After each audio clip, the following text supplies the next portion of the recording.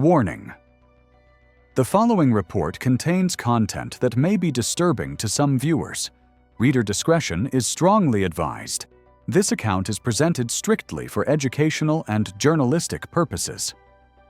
Inside the federal courtroom, where the trial of Sean Diddy Combs continues to unravel, the atmosphere shifted from tense to electric when Albert Joseph Brown, better known to the public as Al B. Sure, took the stand. But this wasn't the confident R&B star fans remember from the late 80s. What the court witnessed was something far more unsettling. A man visibly altered by the weight of years spent holding on to secrets. Secrets that, according to his sworn testimony, nearly cost him his life. Al B. Sure wasn't there merely as a celebrity or an ex-partner of Kim Porter. He came forward as a man with a grim story, one he claims has been buried for years under layers of silence, fear, and sudden death. With deliberate poise and a voice barely concealing his emotion, he told the court that before her untimely passing in 2018, Kim Porter, model, mother of Diddy's children, and once the heartbeat of a social circle gilded in fame, had warned him, "You're too trusting. If you keep being this open with everyone, you're going to get hurt. Or worse." At the time, he admitted, he didn't fully grasp the urgency behind her words. But now, sitting under oath and facing the very man she had once confided fears about, he claimed to finally understand what she meant. Porter's death, once ruled as pneumonia-induced cardiac arrest, has long stirred whispers in both entertainment and conspiracy circles. But on this day, it was no longer the stuff of online speculation. It was courtroom testimony. Al B. Sure didn't accuse Diddy outright, but he suggested that the machinery surrounding the mogul was far more dangerous than the public realized. He claimed Kim believed she was being watched, that people close to Diddy were not merely complicit, they were, in her words, capable of harm. Then came the twist no one expected. "I went into a coma," he stated, describing a sudden medical collapse in 2022 that stunned his family and baffled doctors. Previously healthy and without major underlying conditions, he was diagnosed with multi-organ failure. "They couldn't explain it," he said. "But I can." Murmurs rippled through the gallery as the courtroom absorbed the weight of his implication. He wasn't just tying his health crisis to foul play, he was tying it to a legacy of silence, power, and intimidation. To Kim, to Diddy, to a system, as he called it, that rewards loyalty with silence and punishes truth with isolation. For years, Al B. Sure had posted cryptic messages online, hinting that Kim's death was not what they told us. Many dismissed him. Conspiracy theorist, grieving ex, attention seeker.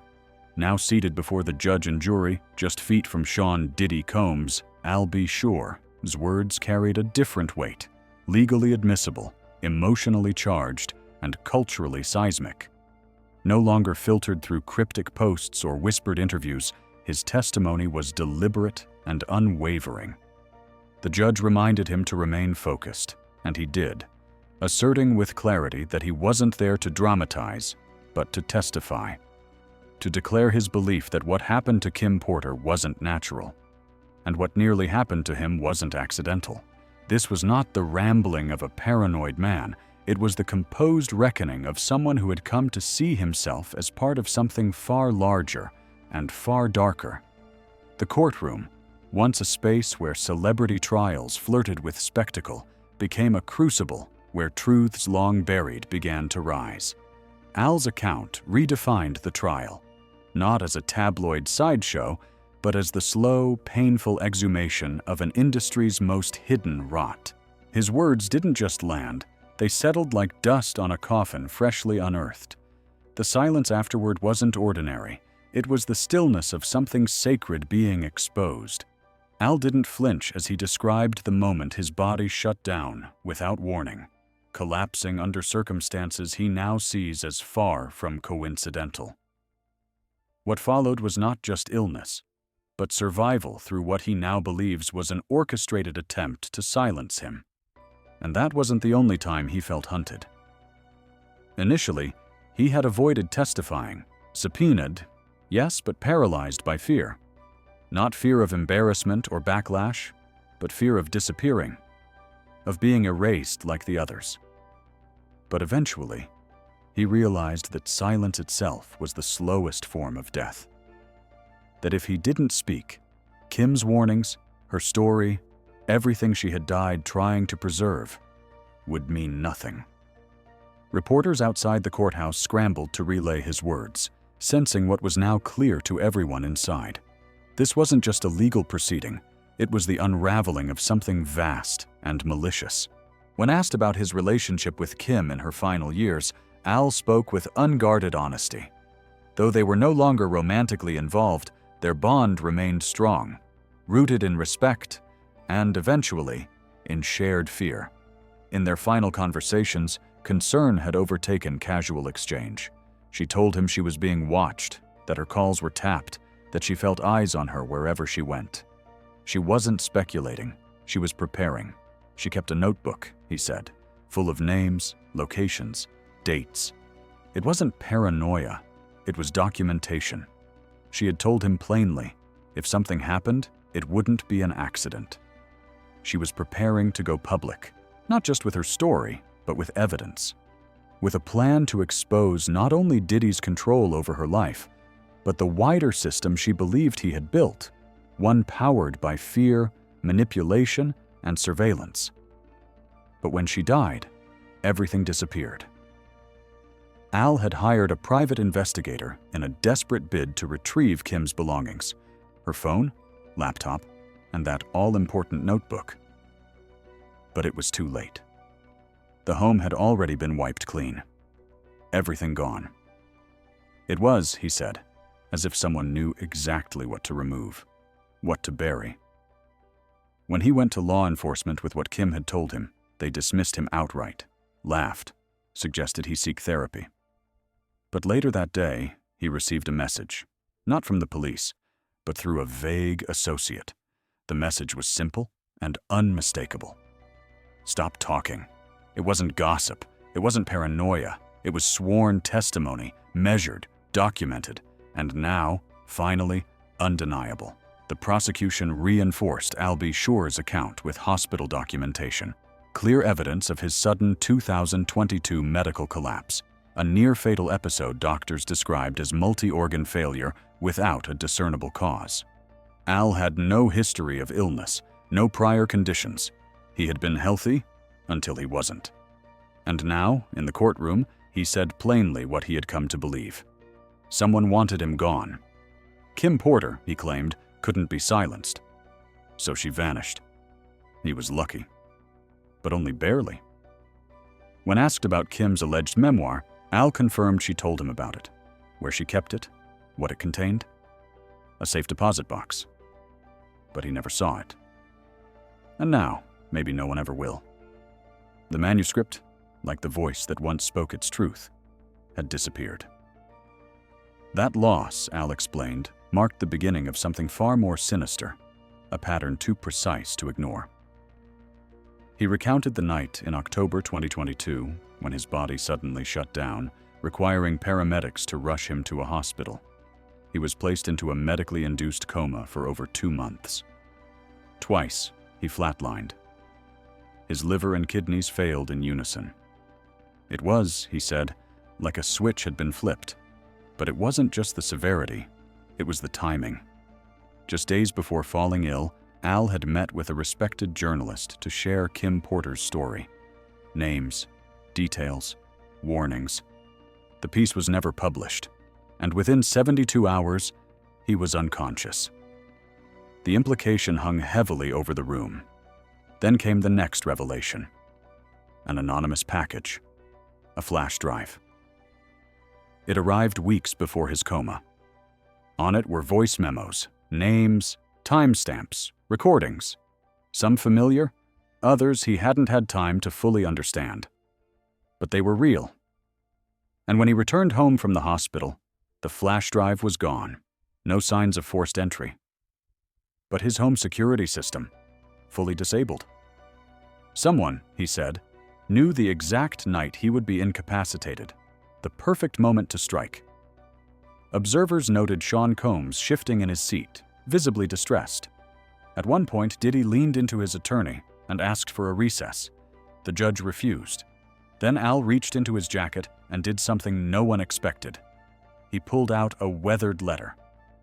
A letter Kim Porter had written just days before she died. His voice trembled as he read it aloud. "I'm scared. If anything happens, take care of Quincy and don't stop fighting. You'll know when the time comes." The courtroom held its breath. For the first time, Kim Porter's voice entered the legal record not as a rumor, but as a warning, a plea, a quiet demand for justice wrapped in code, and the atmosphere shifted. But Al wasn't finished. He told the court that in the months following his collapse, he became convinced there had been a bounty on his head. At first, he thought it was trauma talking, just residual paranoia. But then the signs mounted. Friends distancing themselves, anonymous messages telling him to stop asking questions, warnings he was told to ignore. What he once dismissed as irrational fear had, he said, become the instincts of a man fighting to stay alive. "It's not paranoia anymore," he told the court. "It's survival." In early 2023, Al B. Shore received a phone call that crystallized what had until then felt like paranoia. The voice on the other end belonged to someone he once trusted, a figure from his past at Uptown Records, a man who had once celebrated alongside him during the golden era of hip-hop. But there was no nostalgia in this call, only a warning. "They're tired of you," the man said. "You're asking too many questions. You're getting too close." With that, a cloud of dread settled in, turning what many had dismissed as fringe conspiracy into the contours of something darker.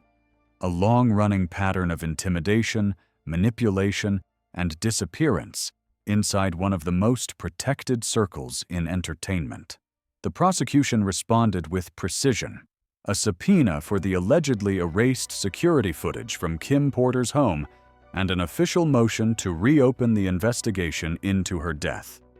What once seemed like tragedy was now being treated as a potential conspiracy. Through it all, Al never raised his voice. His calm made his words heavier. When he spoke of the warnings he'd received, first subtle, then increasingly direct, the courtroom leaned in. He recalled being told to stop mentioning Kim's name in interviews, to delete cryptic social posts, to leave the past buried. And when he didn't, the messages turned menacing. Anonymous texts warned him to stay silent, unless he wanted the same outcome. He thought it was spam until his brakes failed on the freeway a week later. It was no longer paranoia. It was survival. Court records confirmed that Al filed 2 police reports that year, one for suspected tampering with his vehicle, another for threatening messages. Both were dismissed for lack of evidence, but now, under oath, they were evidence of something larger. Al clarified that he didn't believe Sean Combs directly ordered harm against him, but he believed money and fear traveled faster than fingerprints. And then came the next shock, a third-party approach from a former bad boy employee. Through intermediaries, Al was allegedly offered $500,000 to recant. All he had to do was issue a public statement denying any suspicions about Kim's death. Say it was natural. Say he had been mistaken. He said no. His voice cracked, not from fear, but from purpose. He couldn't live with himself if he stayed quiet. Not for money. Not when his son still didn't have answers about what happened to his mother. Since then, Al admitted, life hasn't been normal. He sleeps with a gun beside his bed, hires private security, changes his phone number constantly, refuses interviews, lives like he's being followed. Because in his gut, he believes he is. "I can't prove everything," he said, looking across the courtroom, "but I feel it. And now that I'm on this stand, I know they're listening." The prosecution then stood and formally declared their intent to present additional evidence of witness intimidation and threats against Al B. Shore, The tension surged as gasps rippled through the gallery. Legal aides scribbled furiously, and whispers turned into warnings. If validated, the accusations could lead to obstruction of justice charges, compounding an already explosive trial. The judge, sensing the weight of the moment, turned the focus to the center of it all. November 15, 2018. The day Kim Porter died. "Walk us through everything you remember," came the request. Al took a breath, steadying himself. It was supposed to be an ordinary week, he began. They had been celebrating Quincy's new Netflix deal. Friends were gathered. The house was full: Kim, Diddy, the children, and a close circle of longtime family friends. Kim, he remembered, had been glowing, dancing with her kids, laughing, telling stories. There was no sign of illness, no warning, no indication that within hours she would be gone. As the celebration that night came to a close, Kim Porter pulled Al B. Shore aside, her composure masking a quiet tension. She told him she was nervous, a familiar anxiety that had surfaced before. She felt watched again. It wasn't the first time she had said it, and tragically, it wouldn't be the last. But the most unsettling detail from that day didn't come from Kim. It came later, from someone close to the household staff. Al revealed that the official story told to the public, that Kim was found peacefully in her bed, was not true. According to what he was told, she was discovered in the bathroom, on the floor near the tub. For the first time during his entire testimony, the courtroom didn't just react, they recoiled. If true, this detail contradicted not only the public narrative, but the official records surrounding her death. And then Al dropped what many in the courtroom would later describe as a turning point. He claimed there had been blood on Kim's pillowcase and a faint trail from the bed to the bathroom floor. That image clashed violently with the sanitized version of her passing. Driven by suspicion, Al had tried to obtain the autopsy report himself, only to be met with obstruction. Requests were denied, and when he asked why the results were sealed, he was told simply, it was confidential. When he pressed for clarification, there was no answer. The more questions he asked, the more people fell silent, stopped returning calls, or feigned ignorance. Then came the most jarring claim of all, a possible flaw in the timeline of Kim's death. Official records stated she was found unresponsive around 11 a.m., but Al claimed there was a 911 call placed by Kim herself at 2:43 a.m. If she had called for help in the middle of the night, why had no one responded until hours later? Why had the world been told it was pneumonia when she may have been crying for help? The courtroom gasped as prosecutors moved swiftly to submit photographic evidence into the record, allegedly showing bloodstains on the bed frame and signs of struggle in the bathroom. The defense objected, but the judge allowed it. What happened next would be immortalized in headlines and transcripts alike. Al turned and looked directly at Sean Diddy Combs and recalled Kim's final warning. If anything happened to her, protect Quincy, because he would be next. The moment was raw, intimate, and devastating. But the revelations weren't finished.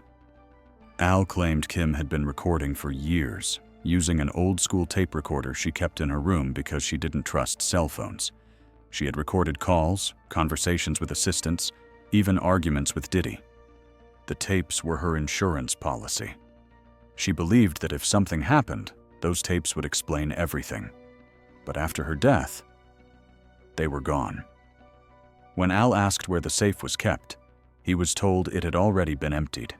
The tapes, the journals, the hard drives, everything had vanished. Someone, it seemed, had gotten there first. Al then revealed that Kim had also been working on a memoir. It was a personal project she had nurtured quietly, away from public scrutiny. She had told him that it wasn't just her story. It was everyone's story, a truth she had been determined to tell. About the music industry, about Diddy, and about what it meant to survive in a world that rarely forgave women who knew too much. Her words, now shared through Al's testimony, painted a chilling picture, not just of a life interrupted, but of a story deliberately erased. Kim Porter had feared the backlash, Al B. Sure admitted, but she felt a duty to her children, to herself, to the truth. She had once told him that if she didn't write her story, someone else would invent one after she was gone. But Kim wasn't the only one trying to tell the truth before it was too late. Al shifted the courtroom's focus to Andre Harrell, the legendary music executive who had launched Diddy's career at Uptown Records. Harrell, who died in 2020 of an alleged heart attack, had confided in Al that he was working on a memoir, one he claimed would include the real story. That conversation, Al said, was the last time they ever spoke. Then came the name Heavy D, another Uptown icon, who passed away in 2011 from a pulmonary embolism. According to Al, Heavy had just begun writing a book when he died. He remembered the exact day because Heavy had texted him, asking for a publishing contact. The courtroom fell into an eerie stillness. Then, slowly, Al turned his eyes toward the jury, his voice steady and deliberate. Kim, Andre, Heavy. 3 people with one thing in common. Each had been close to Diddy. Each had begun to document their truth. And now, each was dead. And with the weight of that connection, Al delivered the words that pierced through the courtroom like a blade. Kim didn't die of pneumonia. She died of silence, of secrets kept too long, and he had almost followed. The judge called a recess. But when court resumed, the prosecution came prepared not with theories, but with medical documentation. They introduced hospital records from Al's near-fatal coma in 2022, a period that began with no warning signs, no illness, no infection, just sudden total collapse. Al recounted waking up in the ICU, surrounded by terrified faces. His son, his family, doctors with no answers. They told him he'd suffered multi-organ failure. What followed was the first time Al publicly disclosed what he believed triggered his collapse. A contact made 2 weeks earlier by someone claiming to represent an old friend. The message was clear. Drop the Kim Porter story and accept a quiet financial gesture to step away. He refused. Then came the spiral. His Wi-Fi went out inexplicably. His car tires were slashed. A man tried to breach his building's security. Then suddenly, he fell ill, unable to breathe, unable to eat, and was rushed to the ER. A month vanished into blackness. When he came to, he learned what the doctors had been reluctant to put in writing. There were toxins in his bloodstream. Substances not prescribed, not recreational, not supposed to be there. You've been poisoned, one physician allegedly told him. Yet the official toxicology report listed only undetermined complications, and no further investigation followed. No police report. When asked directly if he believed it had been an intentional act, Al didn't hesitate. Yes, he believed he had been silenced, temporarily. And he didn't believe he was alone.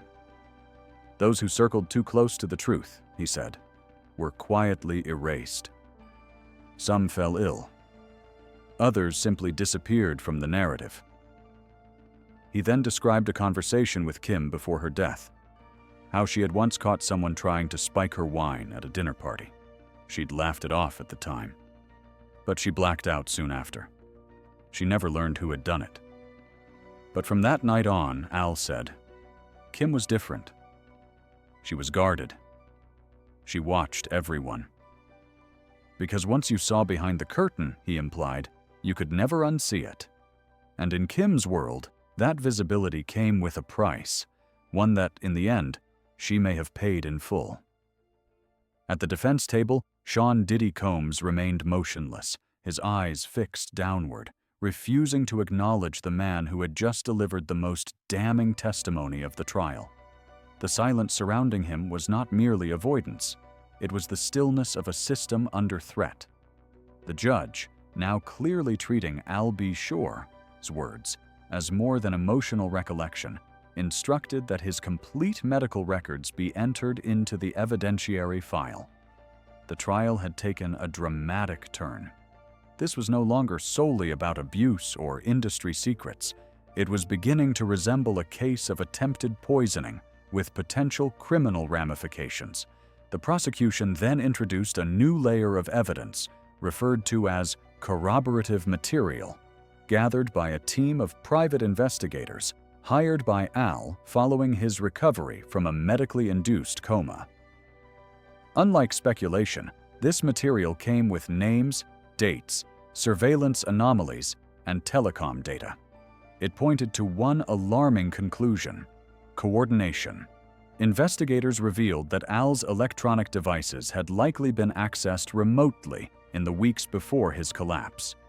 Security footage from his apartment building, potentially crucial, had been mysteriously overwritten days before an unknown man attempted to force entry. Even more disturbing, 3 individuals in Al's social orbit had received anonymous warnings urging them to distance themselves or risk sharing his fate. What the prosecution was now constructing was not just a case about celebrity misconduct, it was the architecture of intimidation. They outlined a scenario of witness tampering, obstruction of justice, and possibly attempted murder. This was no longer a spectacle. It was an indictment of how power is weaponized. The investigators came prepared with more than suspicion. They presented dashcam recordings, still images from surveillance cameras, and geolocation trails across multiple cities that confirmed Al had been shadowed by unidentified individuals at public events, airports, and private gatherings. This pattern was not random. It was precise, aggressive, and relentless. Al recalled one moment with piercing clarity. At a Netflix premiere celebrating his son Quincy, a man in sunglasses stood at the edge of the red carpet, pretending to text. But he wasn't texting. He was filming. When Al moved toward him, the man vanished into the crowd. Yet the sightings continued. Different cities, same behavior. Always close enough to be noticed, never close enough to be confronted.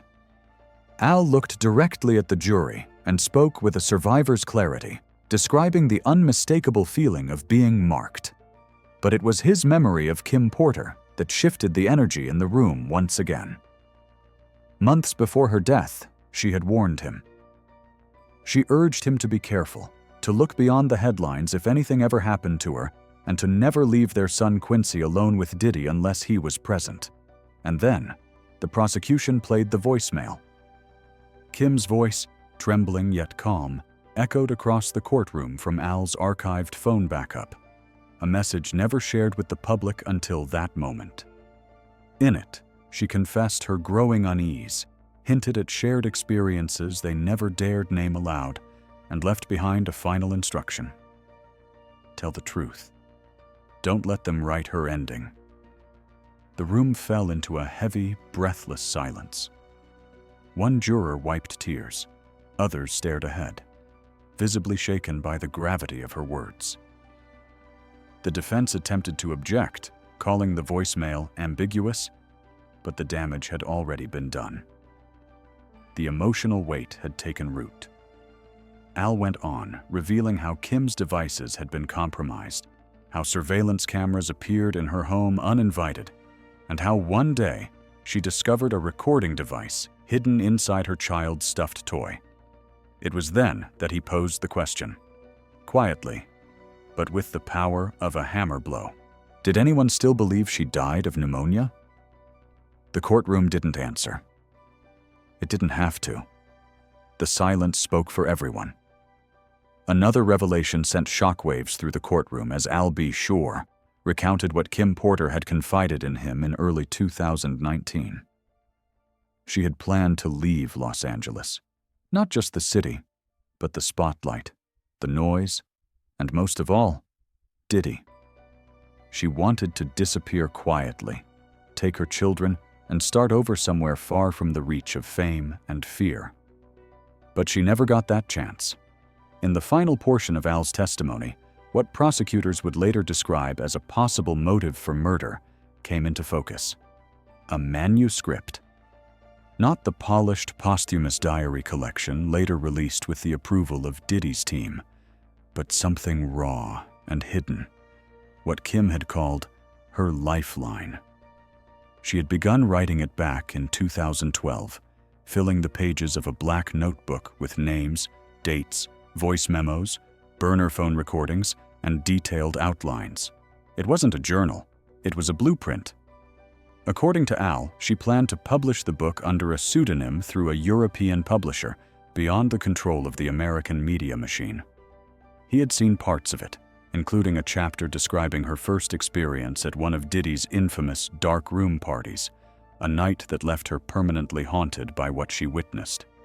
Other sections laid bare a series of violent episodes, never reported, never made public, but etched into her private reflections with painful clarity. Then came the emotional peak of the trial. Al read aloud a printed email Kim had once written, its pages slightly yellowed with age. In it, she expressed a chilling foresight, stating that if telling her story cost her life, she wanted to be remembered not as a model or someone's ex, but as a woman who tried to speak truth, no matter the cost. The courtroom fell into complete silence. This was no longer just testimony, it was the unearthing of a legacy. Jurors shifted in their seats, visibly shaken, as two women seated in the back, former colleagues of Kim, held hands and wiped away tears. Though Al's voice wavered, he pressed on. Kim, he said, had grown tired of being a supporting character in someone else's myth. She was a mother, a survivor, and she had vowed not to die in silence. Now it was his turn to fulfill that vow. With those words, the prosecution rested its case. Al B. Sure stepped down from the stand, not as a grieving ex-partner or faded R&B star, but as a man transformed, one who had reached into the depths of memory and pain to expose what might be one of the most carefully buried secrets in hip-hop history. As the judge gavelled the session to a close and the courtroom slowly emptied, whispers lingered in the air, refusing to dissipate. What Al had revealed wasn't just evidence, it was a spark capable of igniting widespread scrutiny across an industry long known for protecting its own. Because this was no longer just about Kim Porter. It wasn't about one mansion, one party, or even one man. It was about the power structures built to silence women, the price of telling the truth, and the cultural machinery that demands compliance in exchange for survival. Outside, reporters scrambled to file urgent updates. Hashtags began to trend, and voices that had remained silent for years, former associates, insiders, women who had known Kim, began reaching out to the media with stories of their own. Inside the industry, damage control kicked into high gear, but the reckoning had already begun. Did anyone still believe she died of pneumonia? The courtroom didn't answer. It didn't have to. The silence spoke for everyone. Another revelation sent shockwaves through the courtroom as Al B. Sure recounted what Kim Porter had confided in him in early 2019. She had planned to leave Los Angeles, not just the city, but the spotlight, the noise, and most of all, Diddy. She wanted to disappear quietly, take her children, and start over somewhere far from the reach of fame and fear. But she never got that chance. In the final portion of Al's testimony, what prosecutors would later describe as a possible motive for murder came into focus. A manuscript. Not the polished posthumous diary collection later released with the approval of Diddy's team, but something raw and hidden, what Kim had called her lifeline. She had begun writing it back in 2012, filling the pages of a black notebook with names, dates, voice memos, burner phone recordings, and detailed outlines. It wasn't a journal, it was a blueprint. According to Al, she planned to publish the book under a pseudonym through a European publisher, beyond the control of the American media machine. He had seen parts of it, including a chapter describing her first experience at one of Diddy's infamous dark room parties, a night that left her permanently haunted by what she witnessed. Other sections laid bare a series of violent episodes, never reported, never made public, but etched into her private reflections with painful clarity. Then came the emotional peak of the trial. Al read aloud a printed email Kim had once written, its pages slightly yellowed with age. In it, she expressed a chilling foresight, stating that if telling her story cost her life, she wanted to be remembered not as a model or someone's ex, but as a woman who tried to speak truth, no matter the cost. The courtroom fell into complete silence.